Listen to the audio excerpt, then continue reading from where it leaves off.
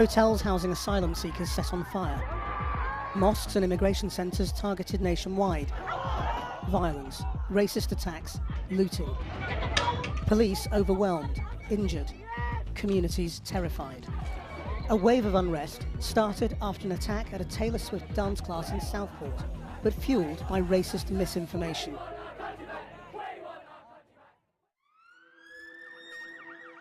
Three young girls were killed: Elsie Dot Stankham, B.B. King, and Alice da Silva Aguiar. Teenager Axel Rudakubana, born in Cardiff, has been charged with 3 counts of murder and 10 of attempted murder. In this video, we track how this tragedy escalated into far-right violence not seen on this scale in this country for decades. The day after the attack, a crowd gathered in Southport. Channel 4 News was filming when the violence broke out.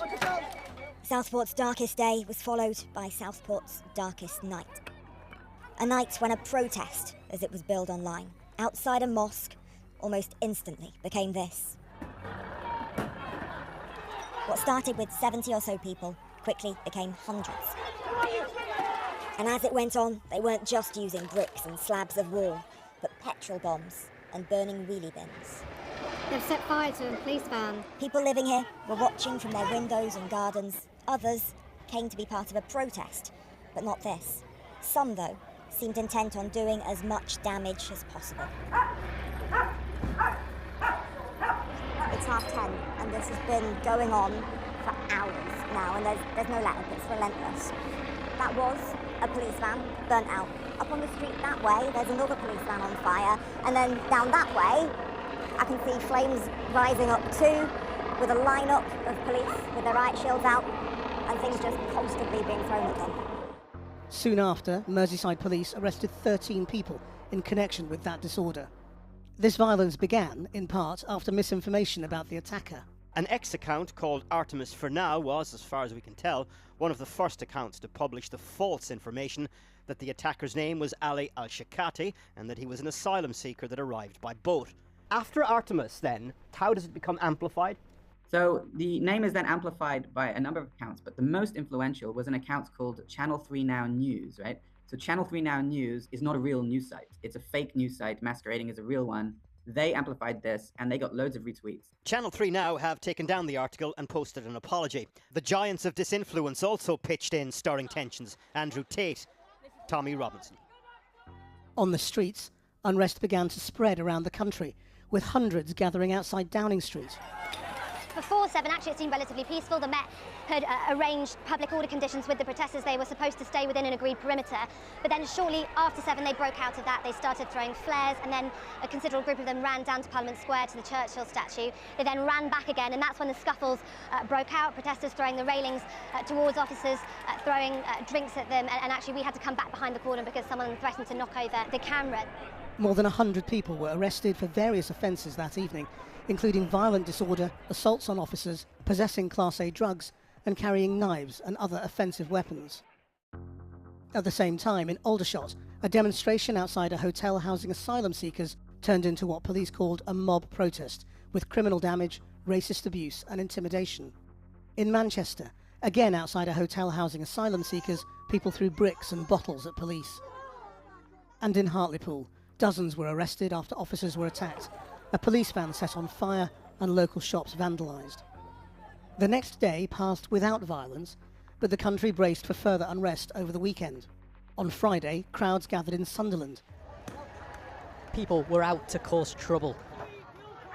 Faces hidden, intent clear. Bricks thrown at riot police outside a mosque. Cars and buildings burned. Officers attacked. Scenes worryingly familiar from recent nights. Nationwide violence followed, from Bristol to Belfast, Hull, Blackpool, Newcastle, Leeds, Stoke, Manchester and Liverpool. Hundreds of troublemakers gathered in the Walton area of the city. Pushed back by police from the mosque they were targeting, they turned their fury towards a library. I get people are angry about things, but they've got it the wrong way of doing it. Like causing carnage to a library that all the local kids use. They can't use that now. We don't want people to think we're horrible people, but it's a horrible area because we're not. We're all about community, and they just showed last night that they're nothing like what we actually are. Disorder continued into Sunday. with far-right mobs targeting hotels housing asylum seekers. Yorkshire, Rotherham. Crowds clashing with police outside a hotel where immigrants are being housed. Bottles and furniture thrown at the police, masked men shouting Yorkshire.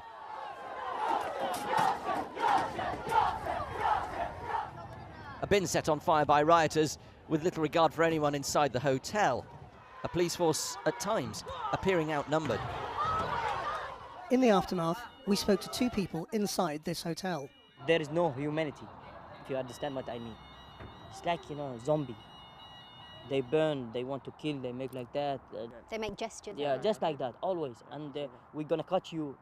We don't cut you. We don't cut you today, we're gonna cut you tomorrow. If we don't cut you tomorrow, we're gonna cut you after 1 week. And they was thinking we're gonna die. I swear, I don't lie. Now you've been moved to a different hotel. What are you hoping for now? They leave us alone. That's it. We need to live like everybody in this world. I've come down from Leeds this morning. This is where I'm from, but I live in Leeds now. But I was just crying my eyes out yesterday watching it. It's awful. Just thinking about the people inside, like, that is not a way to treat a human. It turned from peaceful into possibly some of the most sickening parts of society that exists now in the UK. Where's the tolerance gone? Where's the understanding? Where's the acceptance that actually where's the acceptance that some of this is a historic failure of government to actually process cases as well, so they're not sitting in hotels for all this time? I spoke to one man here last year, and he'd already been rehomed in another part of the country. I won't name the place. And he'd been so badly beaten up there, it had left him with a permanent disability. So he'd been moved here, and he was still waiting for his claim to be processed. Another hotel targeted on Sunday was in Tamworth. Petrol bombs were thrown and the police attacked by people chanting racist slogans. One officer suffered a broken arm. The crowd then set fire to this hotel, as inside asylum seekers and the staff feared for their lives. The hotel had previously been identified by the local MP, who said in a Commons debate people want their hotel back. Today, Sarah Edwards said in a letter she condemned the violence. There was violence too in Middlesbrough. And so the familiar pattern unfolds. The crowd now swelled to close on 1,000 people or more. It's true, some abhor the violence, they condemn it, but hundreds are intent on having a fight. A number of vehicles were attacked and 3 burned out in a suburb in the early hours. And at a number of points, bricks, bottles and cans were thrown at the police lines. Smashed in the windows on this new build estate. Then they crossed over and they went one end to the other of Garnet Street, smashing up every single car on the street and quite a few front windows as families were cowering inside with children. No police, no hurry, strolling along Garnet Street. Attacking the vehicles, breaking people's front windows wherever, whenever they feel like it. Many of them teenagers, some appeared much younger than that. This man's 3 children were on the sofa when the front window came in. I had this smash on the car. A rioter cut himself so badly on the glass, he ripped down the curtains for a bandage. He's kept the blood-stained glass to help police investigate. So he left it down, if you can see, that's a sample of his blood, so I had to pick it to keep. Maybe if the police, because I bring in the police in case they come and they need to see something about it. And if you watch, you can still see spots of blood. By the end of the weekend, almost 400 people had been arrested across the UK, and the violence continued into Monday. Attention, attention, this is a police message. Belfast, Plymouth, Darlington.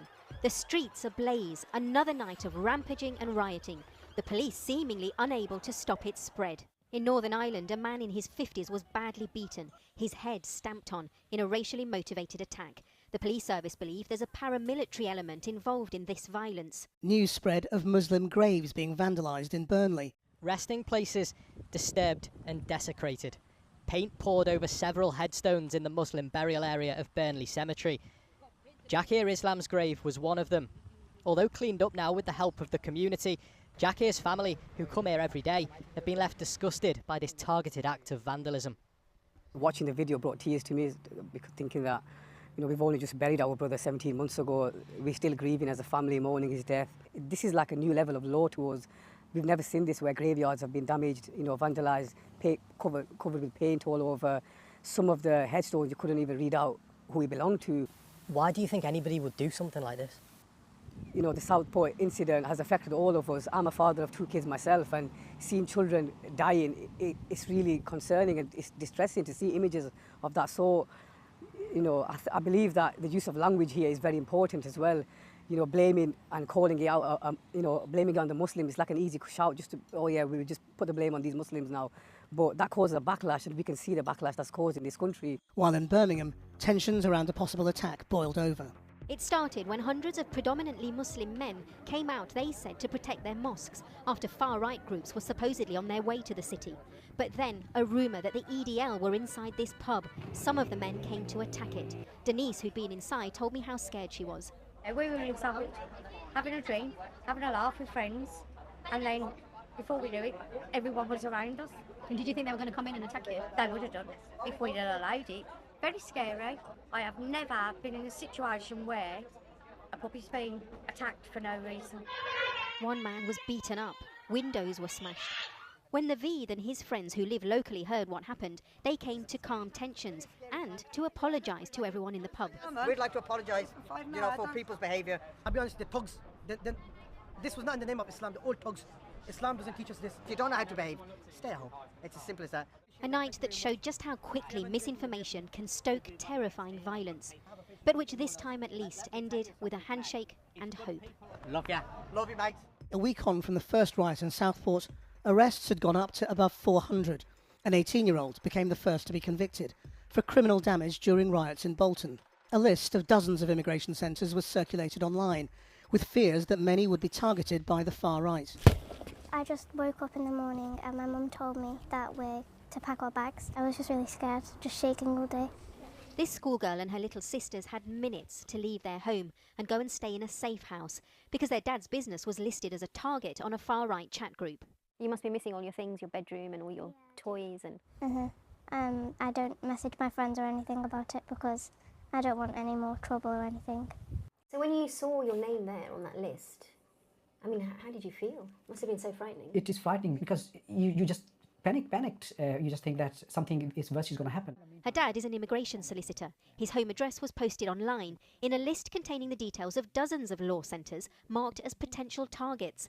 One post was viewed 125,000 times in 2 hours. When we talked about home and you're living there with your children and 3 daughters who are little ones, you just feel scared. I said to my wife and children, I said, get everything in the bag and we just got to go. Get the passports. You actually thought that you might have to leave the country? It was unfortunate that it was a feeling of leaving the country than rather leaving the city at that moment. Sorry. With areas braced for further unrest, thousands of anti-racism demonstrators gathered across the country. Throughout the day here in Walthamstow, there'd been a good deal of anxiety and indeed some fear about what might be coming tonight after an immigration law centre on the high street here was listed among many potential targets for far-right gatherings this evening. Instead, we're seeing this enormous anti-racism demonstration. It's a real sign of solidarity here, this mass gathering of people really determined to show what their community here is all about. Later, a Labour Party councillor was arrested on suspicion of encouraging the murder of far-right demonstrators during that rally in Walthamstow. Over the following days, more and more sentences were handed out to rioters, jailed quickly to send a message to others. 20 months imprisonment. 32 months imprisonment. 8 months imprisonment. For many, their verdicts came less than a week after the violence they were involved in. Filmed by a police officer's body camera from behind a riot shield. This is County Road in Liverpool on Saturday night. Watch the flames! Watch the flames! Here, the weapons of choice were fire and fireworks. With missiles still coming, police arrest a rioter who's armed with a kosh. At 69, William Nelson Morgan had no previous convictions. Your advancing years plainly did not prevent you from playing an active part at the disturbance on County Road. You were a part of a crowd of about 100 people who were running amok. And the people doing all of this weren't exercising some right to freedom of expression or lawful protest. Rather, they were exploiting the anguish of others, either to further their own twisted ideology, or more likely, as an excuse simply for vandalism, intimidation and violence. We will not cower in the face of racism, bigotry, violence, extremism and hate! The weekend's demonstrations were a far cry from what came before, a respite for communities which have been left to pick up the pieces. A cycle of destruction and distraction from the tragic deaths of 3 young girls at a Taylor Swift dance class. And in Southport, crowds gathered once more, 2 weeks on, to say their final goodbye to Alice da Silva Aguiar, one of the victims who was just 9 years old. Pink plumes on a horse-drawn carriage, the little girl described as a princess by her parents. They arrived by car as well-wishers lined the street in silence and clapped as the cortege passed by. The tragedy of the loss of one so young, all too evident, not just for family and friends, but for those who had fought so hard to save lives that dreadful day. 9-year-old Alice da Silva Aguiar died from her injuries. 2 other girls, BB King and Elsie Stancombe, were also killed. Alice's parents listened as her uncle read a letter from them to their daughter. Dear Alice, you were our perfect dream child. Everything was idyllic from the moment you arrived. A good girl with strong values and kind nature, a lover of animals and an environmentalist in the making. You moved our world with your confidence and empathy. Playful, energetic, friendly and always so respectful. A peacemaker of the playground. And there was a reference to the rioting that followed the killings from the Chief Constable of Merseyside. You have shown great courage in asking me to be here today, to speak, to give a message from you, Alice's family, to say that you do not want there to be any more violence on the streets of the United Kingdom in the name of your daughter. The priest who conducted the funeral mass earlier explained what impact that violence had had on Alice's family. It's the last thing in the world they need. It's the exact opposite response to what was needed. The response that was needed is what we'll see today, is what we've seen in the vast majority of the response has just been love, symbolised by flowers and teddies and little gifts and messages. It was only a few weeks ago that Alice was here at the same church for her first communion. Alice was full of life, but most strikingly, her smile. She smiled like the sun. And evidence of that is in the photos and video released by her parents today. Hey guys, today it's me. I got my makeup on to test my teacher. And perhaps the most poignant image of all, Alice next to a cardboard cutout of Taylor Swift, waiting to start her dance class on the day she was stabbed. Don't forget to subscribe to our channel for the latest update to all the going events in the United Kingdom. This way you stay informed about every new piece of information and stay ahead of everyone else.